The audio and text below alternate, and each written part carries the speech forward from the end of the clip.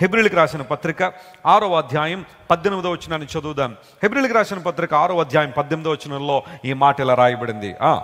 ఈ విధముగా చదవండి. దేవుడు తన సంకల్పము నిశ్చలమైనదని ఆ వాగ్దానమునకు వారసులైన వారికి మరీ నిశ్చయముగా కనుపరచవలనని ఉద్దేశించిన వాడై తాను అబద్ధమాడజాలని నిశ్చలమైన ఆ రెండు సంగతులను బట్టి మన ఎదుట ఉంచబడిన, చూడండి ఆ మాట అండర్లైన్ చేసుకోండి, మన ఎదుట ఉంచబడిన నిరీక్షణను చేపట్టుటకు శరణాగతులమైన మనకు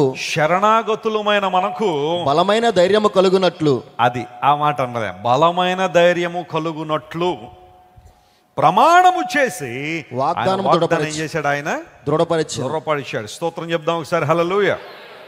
కొంచెం హెబ్రీయులకు రాసిన పత్రికను కొంచెం ఓపికతో చదవాలి కదా, ఎక్కువగా కామాలు ఉంటాయి, ఇవన్నీ చదువుకుంటూ అర్థం చేసుకుంటూ రావాలి. సరే, ఇప్పుడు చదివిన ఈ వాక్య భాగంలో 17-18 వచనాలు కలిసే ఉన్నాయి. దానిలో మనం గమనించాల్సిన విషయం అంటే, బలమైన ధైర్యము కలుగునట్లుగా దేవుడు ప్రమాణము చేసి వాగ్దానాన్ని ఏం చేశాడట? ఆయన దృఢపరిచాడు. అంటే మన దేవుడు వాగ్దానాలు నెరవేరుస్తున్నాడు అనే విషయాన్ని మనం గమనించినప్పుడు మనకు బలమైన ధైర్యం కలుగుద్దట. కొంతమందికి ధైర్యం ఉంటుంది, కానీ వాటికి కూడా కొన్ని లిమిట్స్ ఉంటాయి. ధైర్యం ఉంటుంది, కానీ ఎంతసేపు అంటే కొంతసేపు మాత్రమే ధైర్యం ఉంటుంది. మాకు ఇదివరకు ఒక పెట్ ఉండేది మా ఇంట్లో, ఒక చిన్న డాగ్ ఉండేది. అది అప్పుడప్పుడు మాతో పాటు రోడ్డు మీదకి వచ్చేది వాకింగ్ కోసం. వచ్చిన తర్వాత రోడ్డు మీద కొన్ని కుక్కలు తిరుగుతూ ఉంటాయి, స్ట్రీట్ డాగ్స్ అన్ని తిరుగుతూ ఉంటే ఇది వాటి మీద మామూలుగా విరిచిపడేది కాదు. వాస్తవానికి ఉన్నదేమో చిన్నది ఇది, కానీ వాటి మీద గట్టిగా కేకలేయడం, అరవడం, ఇంకా 3 వీధులు వెనబడలేక అరుస్తూ ఉండేది. నేను ఒకసారి ఆలోచన చేశాను, దీనికి ఇంత ధైర్యం ఎక్కడ నుండి వస్తుందా అని ఆలోచన చేస్తే పక్కన ఎవరున్నాం అనమాట, మేమున్నాం అనమాట, పక్కన మేము ఉన్నాం. కాబట్టి ఎప్పుడైనా దాని పరిస్థితుల్లో దాన్ని ఎక్కడైనా అలా ఉంచేసి లోపలికి రాగానే ఇంక అరిసేది కదా ఎవరి మీద. ఎందుకంటే ఇప్పుడు ఎవరు లేరు, ప్రక్కన ఓనర్ లేడు, యజమాని లేడు, కాబట్టి చాలా మెల్లగా ఉండేది. ప్రక్కన ఉన్నామంటే ఇంకా మామూలుగా రెచ్చిపోయేది కాదు, గట్టిగా అరుస్తూ ఉంటాయి. కొంతమంది ధైర్యం ఉండొచ్చు, కానీ ఆ ధైర్యానికి కొన్ని లిమిటేషన్స్ ఉంటాయి. డబ్బు ఉన్నప్పుడు కొంతమంది ధైర్యంగా ఉంటారు, ఆ డబ్బు కాస్త పోగానే ధైర్యం ఏమైద్ది, మొత్తం పోయినట్టే. బంధువులు ఉన్నంతసేపు బాగానే ఉంటారు, కానీ ఎక్కడైనా ట్రాన్స్ఫర్ అయ్యి మాకు ఇక్కడ ఎవరూ తెలియదండి, మేమంతా కూడా ఆ స్ట్రేంజర్స్ ఉండి ఇక్కడ ఉన్నప్పుడు ఒకలాంటి దిగులు, భయం వారిలో ఉండుండొచ్చు. చూడండి, కొంతమంది స్టేట్లు మారి వస్తూ ఉంటారు, రాష్ట్రాలు మారి వస్తూ ఉంటారు ట్రాన్స్ఫర్లు తీసుకుని. భాష తెలియదండి, ఇక్కడ కల్చర్ మాకు తెలియదండి, ఎలా ఉంటుందో తెలియదన్న ఏదో రకమైన ఒక భయం అయితే వారిలో ఉంటానే ఉంటుంది. కొన్నిసార్లు వేరే దేశాలు వెళ్ళినప్పుడు, వేరే పరిస్థితులు వెళ్ళినప్పుడు పరిస్థితులు అలా ఉంటాయి. కొంతమంది లాంగ్వేజ్ బట్టి కూడా కొన్నిసార్లు భయం వేస్తుంటుంది. నేను ఆఫ్రికా వెళ్ళానంటే ఎక్కడో కొంచెం భయం ఉంటుంది నాకు, ఎందుకంటే వాళ్ళు మాట్లాడినంత ఈజీగా మనకు అర్థంగా, చాలా జాగ్రత్తగా వినాలి. ఇంగ్లీషే మాట్లాడతారు, కానీ వారి ఇంగ్లీష్ అంతా చాలా డిఫరెంట్గా ఉంటుంది. ఇప్పుడు మన తెలుగు రాష్ట్రాల్లో కూడా లాంగ్వేజ్లో డిఫరెన్సెస్ ఉన్నట్టుగా శ్రీకాకుళం వాళ్ళు ఒకలాంటి లాంగ్వేజ్ మాట్లాడతారు, ఒక స్లాంగ్ ఉంటుంది. ఆ తర్వాత తూర్పుగోదావరి, పశ్చిమ గోదావరి జిల్లాల్లో ఉన్నవాళ్ళు ఒక స్లాంగ్ మాట్లాడతారు. ఇటు ఇంకొంచెం ఇలా తెలంగాణ వెళ్ళిపోతే చెప్పండి, ఒక స్లాంగ్ మాట్లాడతారు. ఈ 3 కలిపేసి మాట్లాడే వాళ్ళు కొంతమంది ఉంటారు, ఒక్కొక్క పదానికి ఒక్కొక్క కల్చర్తో ముడిపెట్టేవాళ్ళు. రాయలసీమ వెళ్తే వారు మాట్లాడే మాటలు వేరుగా ఉంటాయి, అక్కడ మాట్లాడే కొన్ని మాటలు మనకు బూతులుగా ఉంటాయి, మనం మాట్లాడే వాళ్ళకు బూతులుగా ఉంటాయి. ఇలాంటివన్నీ కొన్ని ఇబ్బందులు ఉంటాయి కదా. ఆఫ్రికాలో వెళ్ళామంటే వాళ్ళందరూ కూడా ఇంగ్లీషే మాట్లాడతారు మ్యాక్సిమము, కానీ ఆ మాటలు చాలా జాగ్రత్తగా వినకపోతే మనకు అర్థం కాదు. నేను ఫస్ట్ టైం ఆఫ్రికా వెళ్ళగానే పాస్ట్గా నా పక్కన కూర్చుని కారెక్కగానే ఆయన ఏదో అన్నాడు కదా, ఓకే రద్దోలరే, ఓకే రేసాను నేను, అనేదో అన్నాడు. నేను ఓకే అన్నాను. కారు దిగేసి వెళ్ళిపోయి కాఫీ పట్టుకొచ్చాడు ఆయన.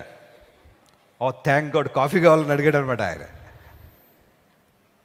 అదే మీరు ఇంటికి వెళ్ళిపోతారా అనుకుంటే పరిస్థితి అయ్యండి, అది మళ్ళీ ఫ్లైట్కి ఇచ్చిద్దాడు ఆయన, రాయమండ్రి వచ్చిద్దు. నేను మరి మీటింగ్లో ఏమైపోను, అందును బట్టి ఆయన కాఫీ అడిగాడా అని ఆ తర్వాత అర్థమైంది నాకు. అప్పటి నుంచి చాలా జాగ్రత్తగా వింటాను. ఏమన్నా అడుగుతున్నారంటే ఒకళ్ళు అర్థం కాకపోతే కమ్ అగైన్, మళ్ళీ ఇంకోసారి చెప్పండి. భయాలు ఉంటాయి, కొన్ని రకాల భయాలు మనలో. భవిష్యత్తును గురించిన భయాలు కావచ్చు, పిల్లల గురించిన భయాలు కావచ్చు, ఇన్సెక్యూరిటీ ఇన్ జాబ్. సాఫ్ట్వేర్ ఎంప్లాయీస్లో ఈ రోజున భయం మామూలుగా లేదు. ఎప్పుడు ఉంటుందో తెలియదు, జాబు ఎప్పుడు ఊడిపోద్దో తెలియదు. అలాంటి పరిస్థితులు ఉన్నాయి. పింక్ స్లిప్ అంటారు దాన్ని. చక్కగా తయారై ఇంటి నుండి బాగా సిద్ధపడి ఓ మంచి టిఫిన్ బాక్స్ లేకపోతే లంచ్ బాక్స్ అంతా పెట్టుకుని తీరా ఆఫీస్కి రాగానే ఆఫీస్ టేబుల్ మీద పింక్ స్లిప్ ఉంటుంది. అంటే అర్థం ఏంటో తెలుసా? మీ ఉద్యోగం పోయిందని చాలా పొలైట్గా చెప్పడం అన్నమాట. ఇంకా స్లిప్ పట్టుకుని ఇంటికి వచ్చేయడమే. బేరాలు ఆడడం లేదు, ఇక ఎందుకు తీశారని అడగడం లేదు. అవన్నీ ముందే, జాబు జాయిన్ అవ్వకముందే ఆ టర్మ్స్ అండ్ కండిషన్స్ అన్నీ కూడా ఉంటాయి దానిలో. వీళ్ళు ఆల్రెడీ జాబ్ వచ్చిన కంగారులో సంతకాలు పెట్టేస్తారు. ఆ టైంలో ఉంటుంది అక్కడ, any time we can send you of from this place. భయం భయం భయం. అయితే దేవుని వాక్యం సెలవిస్తూ ఉంది, మనందరూ కూడా నిరీక్షణ కలిగినట్లుగా శరణాగతులం అన్నాడు. స్తోత్రం చెప్పండి. మనం ఏ గతులం అట? శరణాగతులం. ఇంగ్లీష్లో ఏమన్నాడంటే we have flood to the refuse అనే మాట వాడాడు. శరణు కోరుకున్న వారం అంట మనం. నీవే నా శరణం అని పాడతాం కదా, ప్రభువా నీవే నా శరణం అని. శరణాగతులు అంటే అర్థం ఏంటంటే శరణు కోరుకున్నవారు, శరణు కోరుకున్నవారు. ఆయా దేశాల్లో రెఫ్యూజీ క్యాంప్స్ ఉంటాయి. ఏదైనా ఒక దేశంలో అన్రెస్ట్ క్రియేట్ అయితే, రాజకీయ అనిశ్చితి గనక వస్తే, యుద్ధాలు గనక వస్తే, ఆ దేశంలో ఉన్న ప్రజలు ప్రక్క దేశాలకు వలస వెళ్ళిపోతూ ఉంటారు. ఆ బార్డర్ దాటడానికి బార్డర్ దగ్గరికి వచ్చేస్తుంటారు. ఆ బార్డర్ కంట్రోల్ టీం వాళ్ళు ఉంటారు. వాళ్ళు ఏం చేస్తారంటే వీళ్ళని మానవతా దృక్పథం ఆదరించి కంపాషనేట్ గ్రౌండ్స్లో వారిని లోపల తీసుకుంటారు. ఆ దేశంలో తీసుకుని వారిని ఒక రెఫ్యూజీ క్యాంపులో పెడతారు. ఆ క్యాంపుల్లో వీరు ఉండాలి కొంతకాలం. ఉన్న తర్వాత వీరి డీటెయిల్స్ అన్ని తీసుకుని, వారి పేర్లన్నీ తీసుకుని, వారి ఐడెంటిటీ అంతా చెక్ చేసుకున్న తర్వాత అప్పుడు ఆ దేశానికి సంబంధించిన పౌరసత్వాన్ని వాళ్ళకి ఇస్తారు, లేదా ఆ దేశంలో నివసించే పౌరసత్వాన్ని ఇస్తారు. ఈరోజు మన భారతదేశంలో కూడా కొన్ని రకాల మాటలు వినబడుతున్నాయి. సిఏఏ గురించి మీరు చాలా వింటున్నారు. ఆ తర్వాత ఇంకా రకరకాల ఎన్నో వస్తాయో మనకు తెలీదు. అయితే కొన్ని దేశాల్లో పౌరసత్వం కొంతమంది తీసుకుంటారు. వాటిని అసైలమ్స్ అంటారు. వాళ్ళు శరణాగతులు, శరణు కోరుకున్నవారు, శరణార్థులు అనే మాట. జాగ్రత్త గమనించండి ప్రియులారా, భౌతిక సంబంధమైన శరణం గురించి నేను మాట్లాడడం లేదు, కానీ మన రక్షణకు, మన ఆనందానికి, మన స్వాస్థ్యానికి, మన ఆధ్యాత్మిక అనుభవాలకి అనుక్షణం మనం ఎవరి మీద ఆధారపడాలి? దేవుని మీద ఆధారపడాలి. అందును బట్టే ఎస్, మనం ఎప్పుడు శరణాగతులమే, దేవుని మీద ఆధారపడేవారమే, దేవుని మీద ఆనుకునేవారమే. నాకు నేనుగా నేనేదో సాధించేస్తానంటే జరిగేది కాదు. I depend on my God for everything. ప్రతి విషయానికి నా దేవుని మీద నేను ఆధారపడతాను. అలా ఆధారపడాలనే దేవుడు ఆశిస్తున్నాడు. అలా ఆధారపడేవారంటే దేవునికి చాలా ఇష్టం. హల్లెలూయా. తన కృప కొరకు కనిపెట్టుకుని వారి యందు దేవుడు ఏం చేస్తాడట? ఆయన ఆనందిస్తాడట. మీరు ఇంతవరకు విన్న దైవ సందేశం మరియు దేవుని సేవకులు చేసిన ప్రార్థన మీకు ఆశీర్వాదకరంగా ఉన్నదని విశ్వసించుచున్నాము.